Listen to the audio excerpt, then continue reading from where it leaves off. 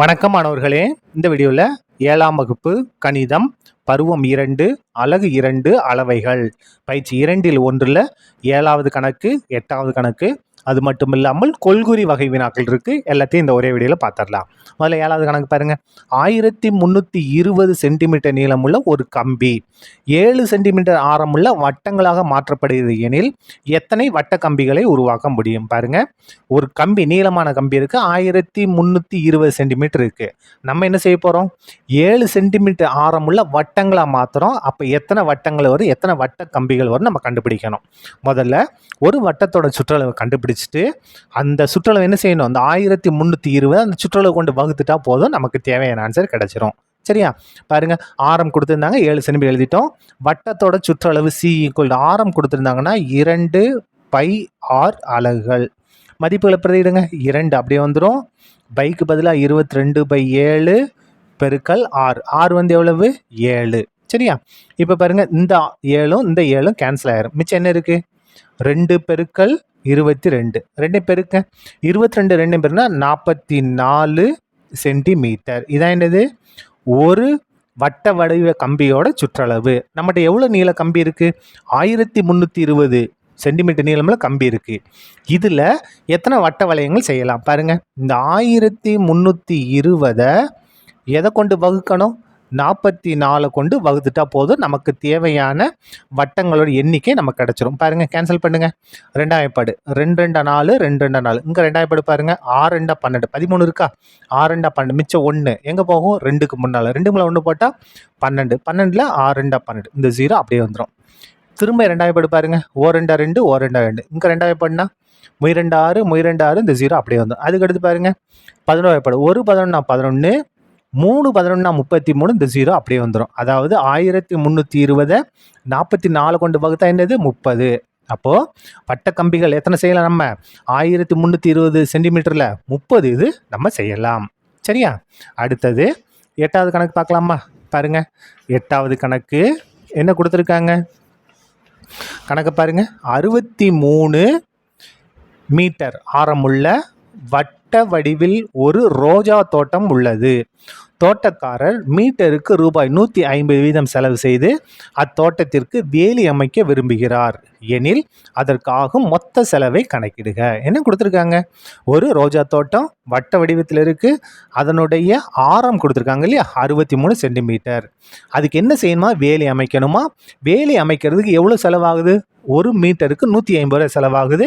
அப்போ மொத்தமாக வேலி அமைக்க எவ்வளோ ஆகும்? நம்ம என்ன செய்யணும்னா அந்த ரோஜா தோட்டத்தோட சுற்றளவு கண்டுபிடிக்கணும். ஒரு ஆன்சர் வருமா? அந்த ஆன்சரை 150 கொண்டு பெருக்கிட்டா போதும். பாருங்க, ஆரம் கொடுத்துருந்தாங்க 63 மீட்டர். எடுத்து எழுதிட்டோமா? வட்ட வடிவ ரோஜா தோட்டத்தின் சுற்றளவு ஆரம் கொடுத்துருந்தாங்க. நமக்கு ஃபார்முலா C = 2πr அலகுகள். மதிப்புகளை பிரதிடுங்க. இந்த 2 அப்படி வந்துடும்.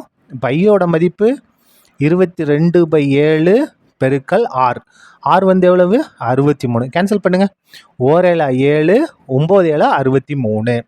மிச்சம் இங்கே என்ன இருக்குது பாருங்க. இந்த 22 அப்படி எழுதிடுவோம்.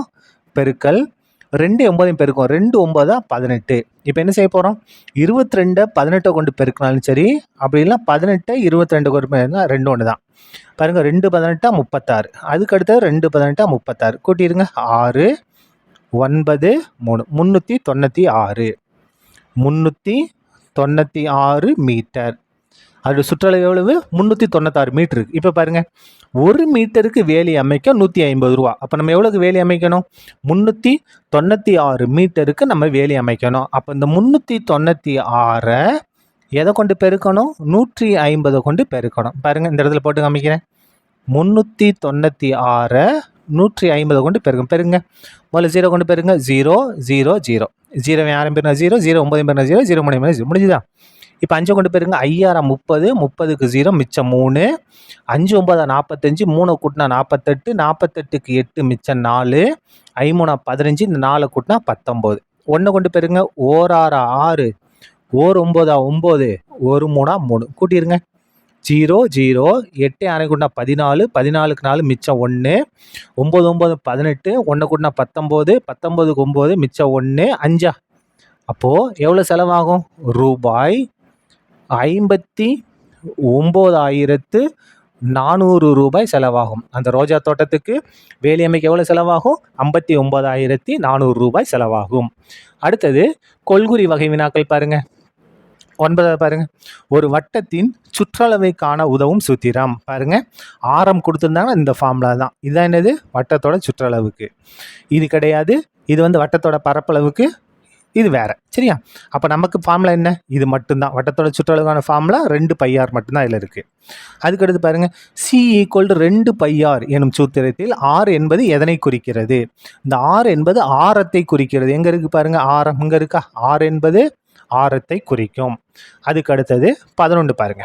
ஒரு வட்டத்தின் சுற்றளவு 82π எனில் அதன் ஆரின் மதிப்பு என்னன்னு நம்ம கண்டுபிடிக்க போறோம்.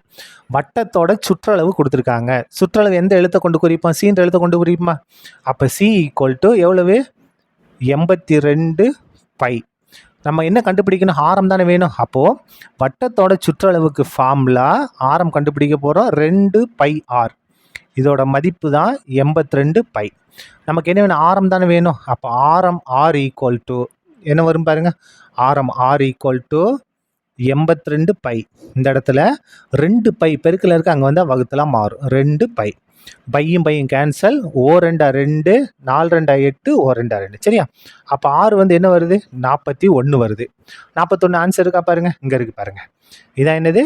நமக்கு தேவையான ஆன்சர். அதுக்கடுத்து 12வது லாஸ்ட் இது பாருங்க. ஒரு வட்டத்தின் சுற்றளவு என்பது எப்போதும் எப்படி இருக்கும்? விட்டத்தை போல் 3 மடங்கு இருக்குமா, இல்லை விட்டத்தை போல் 3 மடங்கு விட அதிகமாக இருக்குமா, 3 மடங்கு விட குறைவாக இருக்குமா, அல்லனா ஆரத்தை போல் 3 மடங்காக இருக்குமா? இப்போ பாருங்க, வட்டத்தோட சுற்றளவுக்கு ஃபார்முலா விட்டம் கொடுத்துருந்தாங்கன்னா நமக்கு ஃபார்முலா என்ன? /d. நம்ம விட்டம் வந்து 7ன்னு எடுத்துக்கலாமா? அப்போ பாருங்க, பையோட மதிப்பு 22/7, டி வந்து 7. அப்போ பாருங்க, விட்டம் வந்து 7. இந்த 7 கேன்சல். இங்கே என்ன வந்திருக்கு? 21 வந்திருக்கு. அப்போ விட்டத்தை விட 3 மடங்கை விட அதிகமாக இருக்குது. இதோட 3 மடங்கு என்ன? 3 மடங்குன்னா 3 × 21. இங்கே என்ன இருக்குது? 22 இருக்குது. அப்போது வட்டத்தோட சுற்றளவு விட்டத்தின் 3 மடங்கை விட அதிகமாக இருக்கிறது. இங்கே 22 இருக்குது. விட்டத்தோட 3 மடங்கு 21 தான். அப்போ 3 மடங்கை விட எப்படி இருக்குது? அதிகமாக இருக்குது. நீங்கள் வேறு எந்த நம்பர்னாலும் எடுத்து போட்டு செக் பண்ணலாம். அப்போ இதுக்கு ஆன்சர் என்ன? வட்டத்தின் சுற்றளவு என்பது எப்போதும் அதன் விட்டத்தை போல் 3 மடங்கை விட அதிகமாக இருக்கும். சரியா? அவ்வளோதான். இந்த வீடியோ முடிந்தது. நன்றி.